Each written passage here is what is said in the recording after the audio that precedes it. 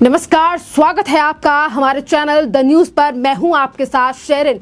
पश्चिम बंगाल में हुए शिक्षक भर्ती घोटाले में ईडी की जांच का सामना कर रही ममता बनर्जी की सरकार की फिर बड़ी है मुश्किलें। ईडी के हाथ लगे हैं एक और बड़े घोटाले के सबूत। जी हां, आपके लिए बता दें कि शिक्षक भर्ती घोटाले का सामना कर रही पश्चिम बंगाल की टीएमसी सरकार और उसकी सुप्रीमो यानी कि सीएम ममता बनर्जी के लिए एक और मुश्किल जो है वो खड़ी हो चुकी है। शिक्षक भर्ती घोटाले की जांच कर रहे ईडी को एक और बड़े घोटाले के सबूत मिले हैं और ये बात जो है वो खुद ईडी की तरफ से सामने आई है। दरअसल आपके लिए बता दें कि एक निजी न्यूज चैनल से बात करते हुए ये तमाम चीजें निकलकर सामने आई हैं कि नगर निकाय चुनावों के संचालन में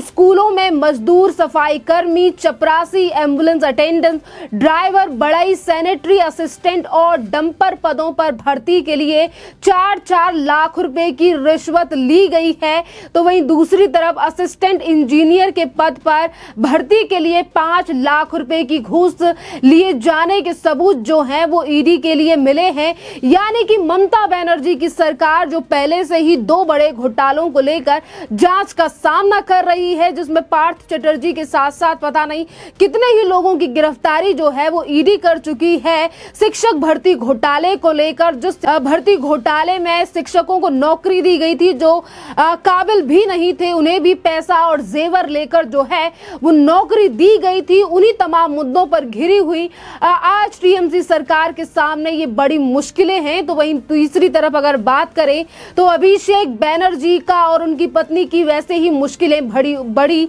हुई हैं कोयला घोटाले को लेकर। यानी कि एक तरफ परिवार है तो वहीं दूसरी तरफ पार्टी और सरकार। आपके लिए बता दें कि ईडी के अफसर शिक्षक भर्ती घोटाले की जांच कर रहे हैं और इसी दौरान एक नए कैश फॉर जॉब घोटाले के दस्तावेज और इलेक्ट्रॉनिक सबूत जो है वो ईडी के साथ लगे हैं। और इसी के साथ ईडी ने ये भी कहा है कि ईडी इस पूरे मामले पर जांच कर रही है और जल्द ही इसकी रिपोर्ट जो है वो तैयार कर ली जाएगी। जहां एक तरफ रिपोर्ट बनाने की बात जो है वो ईडी की तरफ से की गई है, यानी कि जल्द ही ममता बनर्जी की सरकार में से कुछ और लोगों की गिरफ्तारी हो सकती है, क्योंकि ये मामला जो है वो शिक्षक भर्ती घोटाले के बाद सामने आया है। और वो घोटाला यानी कि शिक्षक भर्ती घोटाले को लेकर ममता बनर्जी की सरकार और उनके मंत्रियों की तरफ से ये बयान दिया गया कि हम भ्रष्टाचार के फेवर में नहीं हैं। तो वहीं दूसरी तरफ ममता बनर्जी के इस कार्यकाल के दौरान किस तरीके से पश्चिम बंगाल में छोटी छोटी नौकरियों से लेकर बड़े पदों को भरने में भी किस तरीके से भ्रष्टाचार हुआ है, ये तमाम पन्ने आज खुलकर सामने आ रहे हैं। वो भी ईडी के द्वारा, जो ईडी पहले से ही 2 मामलों में पश्चिम बंगाल सरकार के घोटालों पर जांच कर रही है। यानी कि ममता बनर्जी की सरकार की मुश्किलें जो हैं वो और भी ज्यादा खड़ी होने वाली हैं। आपके लिए बता दें, जहां एक तरफ ईडी ने कहा है कि इस पूरे मामले पर जांच चल रही है, रिपोर्ट जल्दी तैयार की जा रही है, तो इसी के साथ ईडी ने यह भी कहा है कि ग्रुप डी और ग्रुप सी के 6000 खाली पदों को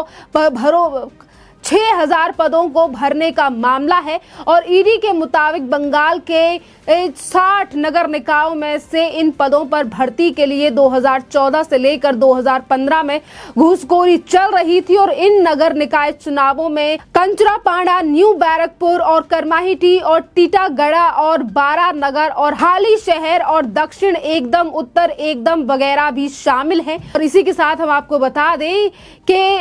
जांच के मुताबिक जांच कार्यकर्ताओं ने घूस लेने वाले एजेंटों की लिस्ट जो है वो भी बरामद की है। और इससे पता चला है कि नौकरी पाने वालों से लाख रुपए लिए गए हैं। जो दस्तावेज ईडी को मिले हैं उसमें उम्मीदवार, उनकी प्रोफाइल, कितनी रकम ली गई है, उसका ब्यौरा कितना है। और अब उसी पूरे मामले को लेकर बीजेपी भी लगातार ममता बनर्जी के ऊपर निशाना साध रही है। आपके लिए बता दें कि बीजेपी के आईटी सेल के हेड अमित मालविया ने ट्वीट करके से ममता बनर्जी के ऊपर निशाना साधा और उन्होंने कहा कि ममता बनर्जी भ्रष्टाचार की रानी यानी कि मधुमक्खी जो है वो है भ्रष्टाचार की। जिस तरीके से मधुमक्खी जो है वो शहद के ऊपर बैठी रहती है, वैसे ममता बनर्जी जो है वो भ्रष्टाचार के ऊपर बैठी हुई है। ये बड़ी बयान और बड़ा जो हमला है वो बोला गया है बीजेपी के नेता अमित मालवीय की तरफ से ममता बनर्जी के ऊपर। इसी के साथ ममता बनर्जी को लेकर उन्होंने ट्वीट करते हुए इस पूरे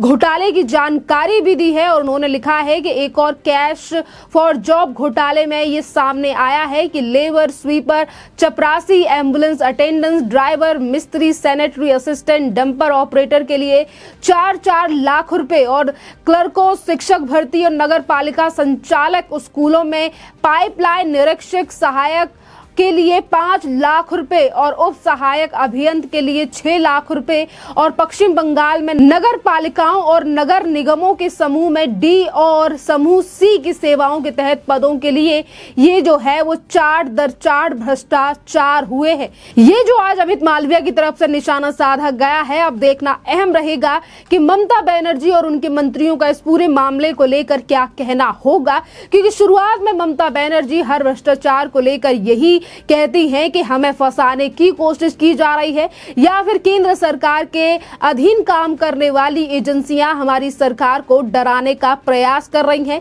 या फिर लोकसभा चुनावों को देखते हुए इस तरीके से कार्रवाई की जा रही है। इसी के साथ हम आपको बता दें कि अब ममता बनर्जी की सरकार और खुद मुख्यमंत्री की मुश्किलें बढ़ने वाली हैं, क्योंकि अगर ये मामला 2014 से लेकर 2015 के बीच का निकलकर सामने आ रहा है तो उस समय पर ममता बनर्जी की ही सरकार थी पश्चिम बंगाल में और इसीलिए अब ममता बनर्जी के सामने ये बड़ी मुश्किलें खड़ा करता हुआ नजर आ रहा है ये नया भ्रष्टाचार, जिसके सबूत जो हैं वो ईडी के लिए मिल चुके हैं। और वहीं ईडी के एक वरिष्ठ अधिकारी ने यह भी बताया है कि संबंधित नगर निकाय के चेयरमैनों और सरकारी अफसरों से घूस की रकम बराबर बटी है। ईडी के मुताबिक घूस देकर नौकरी हासिल करने वाले सभी लोगों के बारे में उनके पास पुख्ता सबूत हैं और इस मामले में ईडी और जांच कर रही है। इस मामले में यानी कि एक तरफ जो है वो ईडी के बड़े वरिष्ठ अधिकारी ने कहा है कि सारे पुख्ता सबूत हमारे पास हैं,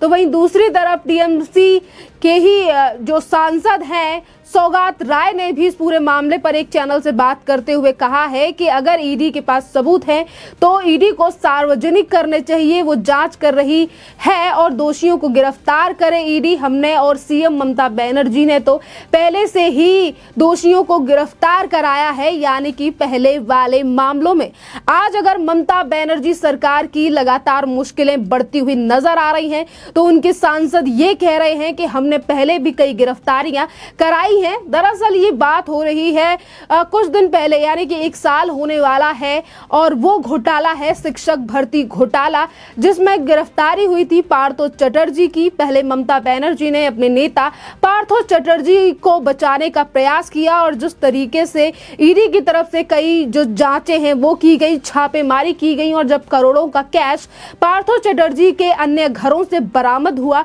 उसके बाद ममता बनर्जी ने इस्तीफा लिया था पार्थो चटर्जी का और कहा था कि हम ऐसे भ्रष्टाचारी मंत्रियों का समर्थन नहीं करते हैं। और आज वही तकनीक जो है यानी कि वही बयानबाजी जो है वो इस पूरे मामले में भी की जा रही है, क्योंकि ईडी पहले ही कह चुकी है कि ईडी के पास इस पूरे मामले में पुख्ता सबूत है। अब देखना अहम रहेगा कि मुख्यमंत्री ममता बनर्जी का इस पूरे मामले पर क्या स्टैंड रहता है और क्या बयान ममता बनर्जी देंगी इस बड़े और नए भ्रष्टाचार पर, जिसका खुलासा ईडी के द्वारा हुआ है और अभी आधिकारिक तौर पर होना बाकी है, क्योंकि अभी रिपोर्ट इस पूरे मामले पर बनाई जा रही है ईडी के द्वारा। खैर, इस पूरे मामले पर आपकी जो भी राय हो आप हमें कमेंट करके जरूर बताइए। धन्यवाद।